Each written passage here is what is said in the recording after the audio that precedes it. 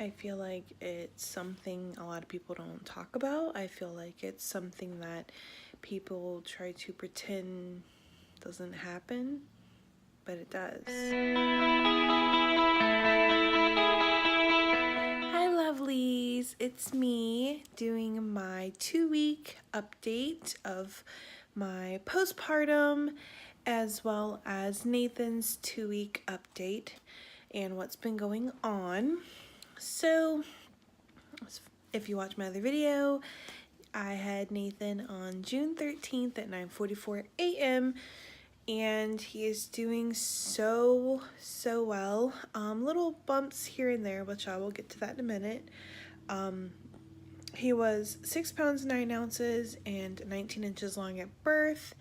And now today is Sunday, so I'm a little bit late doing this. I was supposed to do it Wednesday, but it's been crazy. He's now 6 pounds 11 ounces and 20 inches long, so he's gaining his weight. He is being combo fed breast milk as well as formula, mostly formula because I don't produce that much because I'm insulin resistant. It doesn't really latch all that well. I mean, like, he latches, but only for like 5 minutes, maybe 10, and then he just unlatches, and then he's like screaming his head off, and then I try to pump, and when I pump, I only pump like 10 milliliters, if that. So it's just been a roller coaster, but he mostly gets formula. We were actually in the ER last week because he was having a lot of like, he was making like breathing issues. Like, for example, he would like drink his bottle and then he would act like he couldn't breathe, like he had to catch his breath.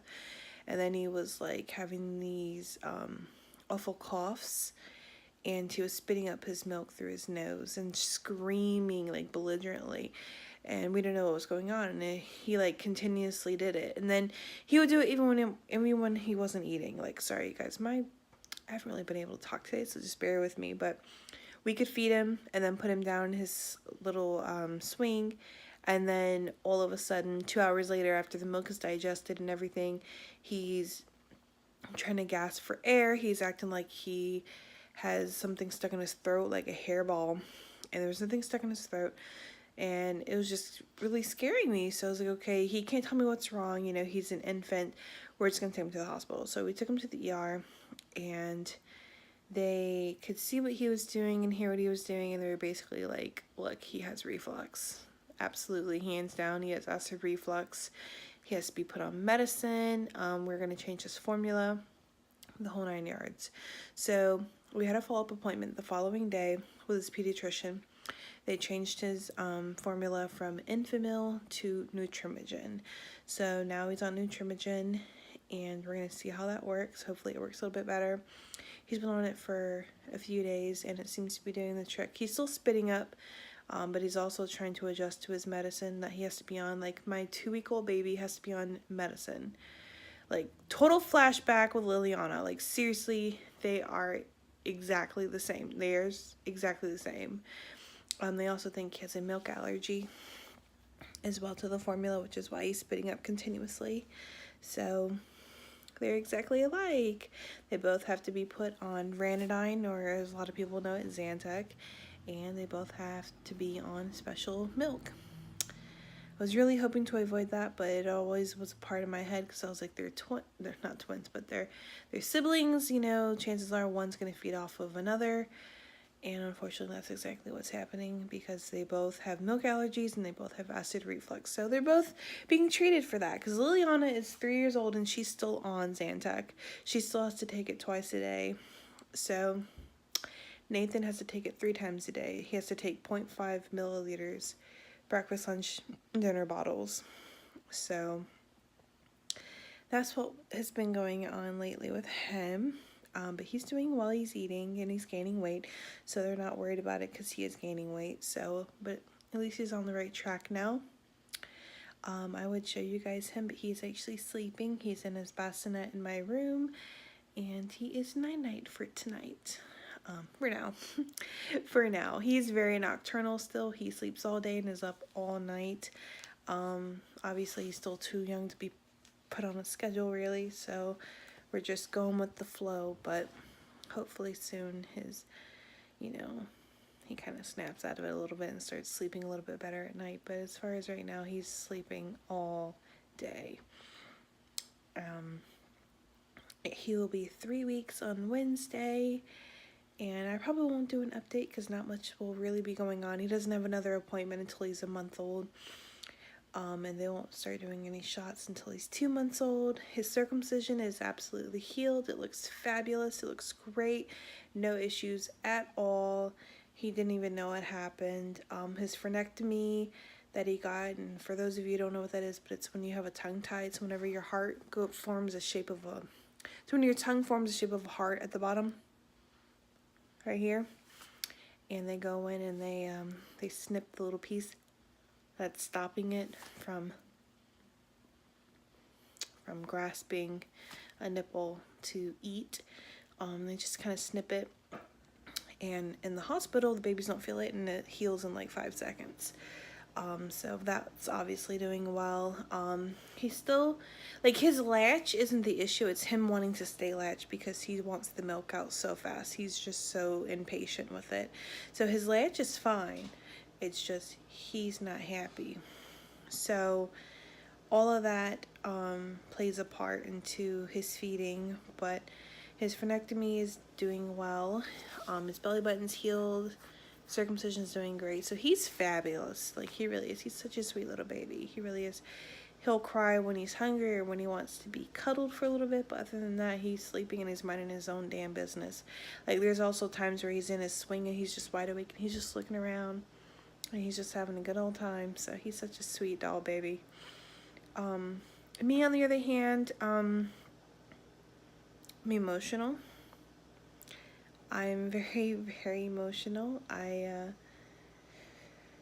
cry over the stupidest crap. Things offend me. Me not being able to breastfeed him is starting to upset me. I knew my body is insulin resistant. I knew what I was getting myself into before I even tried it this time around. Because with Lily, I didn't know. But I know now. And I'm already disappointed with myself and with my body, even though I knew what I knew, if that makes sense. It's just like, it doesn't matter that I already knew that there's a possibility of me not being able to make a lot of milk. It's the fact that it's happening again, and I thought I could change it, but I couldn't. I'm disappointed in myself. Liliana's been acting out, mostly towards me, because I am trying to breastfeed and I'm always pumping and trying to get my milk to come in and to feed him, and so she lashes out towards me and she hits, she bites. You know, she hasn't really been very nice towards me, and that's starting to take its toll on me and it's making me feel bad. And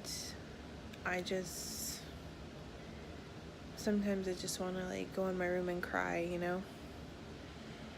And it's postpartum depression. I know it is, and it is common. It happens. A lot of people try to pretend that it's not a thing, but it is a thing. And I feel like the more open people are, the less likely it'll get worse, I guess you could say.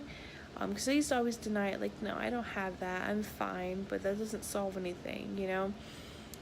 But I'm trying to be more open about me having it, because I had it with Lily, and I'm trying to avoid having it now because it's a funk you don't want to be in, and it's a hard funk to get out of. Because I had it with Lily from the moment I had her until she was a year old. I was in a funk. It took a very long time for me to get out of it. I just hated myself. I hated everybody except for my daughter, of course. I didn't want to get out of the house. I didn't want to do anything, and everyone was the enemy. I don't want to go through that again, you know? Granted, everyone's postpartum depression is different, but for me, it's so familiar. I'm scared of it getting to the point where I lose myself. So hopefully it gets better soon, and I'm not as sad, I'm not as emotional. I'm not isolating myself, which is good, because that's all I did with Lily. I isolated myself for the longest time. I'm happy, you know. I'm not up in New York living with my ex's family, you know, so it's not like that where I feel stuck. You know, I'm in my own house, I'm in my own dwelling. I don't have to sugarcoat anything, I don't have to walk on eggshells, you know, I'm in my own house. So that's probably another reason why it feels a little bit different. It's like I have the postpartum depression that everyone's supposed to have, but I don't have all the other negative side effects that I had with Liliana, where I was just always angry. Right now I'm just sad. Like, certain movies just make me sad that never used to. Just, I'm really emotional, and I cry very easily, and I get easily offended, and I feel like the whole world's against me sometimes, and it's really hard to talk about because it's uncomfortable. Because when you hear postpartum depression, people assume, oh my god, you want to hurt your daughter, or you want to hurt your baby that you just had, how could you do that? It's not like that. That is a myth.